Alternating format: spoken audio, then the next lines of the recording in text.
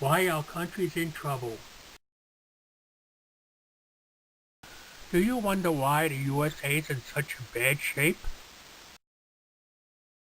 This presentation is a political satire. Any relation to the truth would not be a surprise. Tales from a District of Columbia airport ticket agent. A must read. This is a priceless funny stuff, but alas, it's only a small indication of how much trouble this country is in. A Washington, D.C. airport ticket agent offers some examples of why this country is in so much trouble.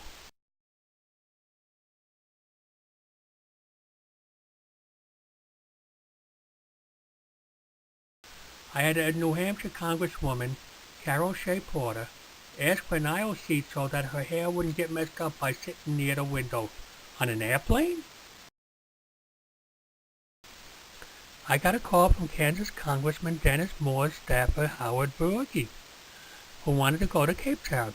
I started to explain the length of the flight and the passport information, and then he interrupted me with, "I'm not trying to make you look stupid, but Cape Town is in Massachusetts." Without trying to make him look stupid, I calmly explained, "Cape Cod is in Massachusetts, Cape Town is in Africa." His response? Click. A senior Vermont Congressman, Bernie Sanders, called, furious about a Florida package we did. I asked what was wrong with his vacation in Orlando. He said he was expecting an ocean view room. I tried to explain that that's not possible since Orlando is in the middle of the state. He replied, "Don't lie to me. I looked at the map and Florida is a very thin state." I got a call from a lawmaker's wife, Landra Reed, who asked, "Is it possible to see England from Canada?" I said no. She said, "But they look so close on the map."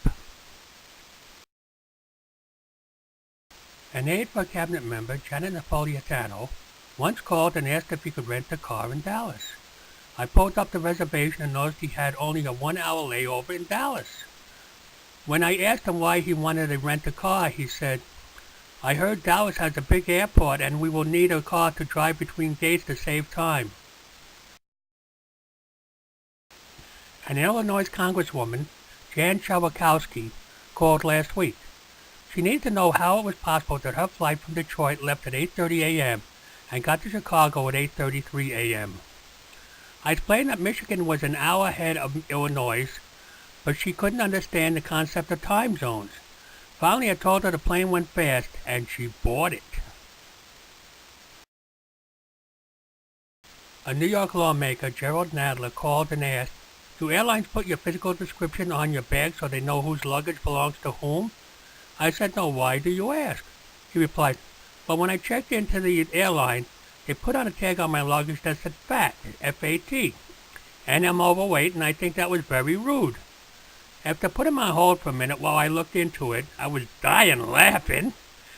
I came back and explained to the city code for Fresno, California is FAT or Fresno Air Terminal, and the airline was just putting a destination tag on his luggage.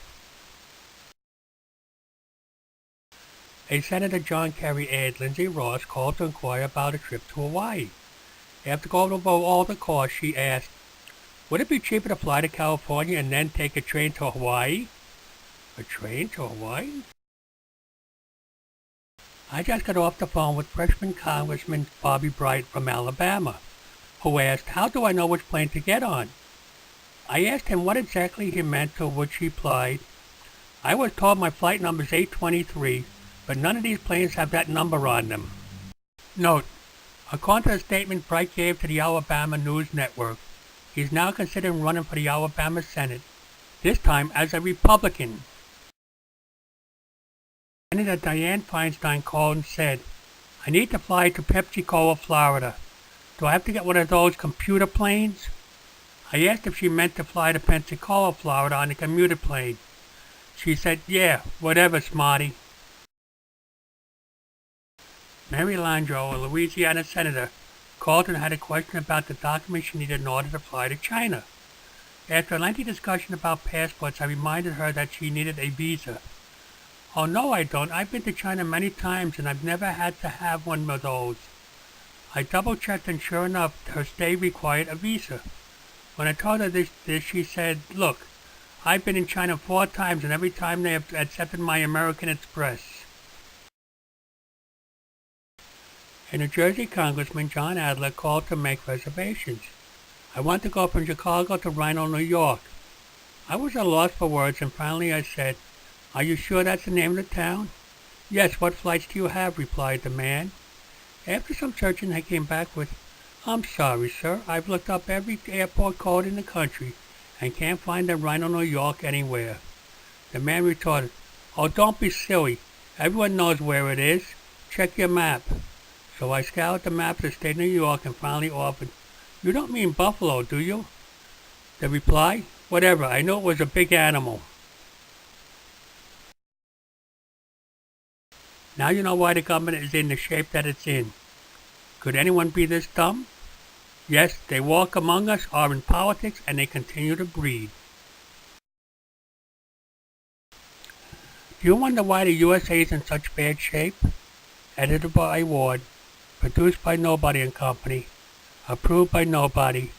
This presentation is a political satire. If any part of it is factual, it would not be a surprise. The names have not been changed to protect the guilty. From your friend, the sane one, Ward. Retired or retarded, I can't remember which one. This presentation was created by Ward. Contents come from various sources, and I do not claim any as my property. No copyright infringement is intended. If any belongs to you, please consider an honor that the content was worthy enough to be shared. That's all, folks. You're welcome. That I say. What do I say, Carol? That's all what? What are folks? He's crazy. That's all. Oh, I'm sorry, after you. No, not at all. After you. Insist after you. Oh, no, after you. After you. After you. After you. After you. After you. After you. After you. After you. After you. Is this the bathroom? No! Go home! On a final note, kids, don't forget to eat your broccoli. It's good for you. That's all. Oh, I shouldn't have had those artichoke poppers. Hasta luego, amigos! Well, that's all, folks. And that's the end.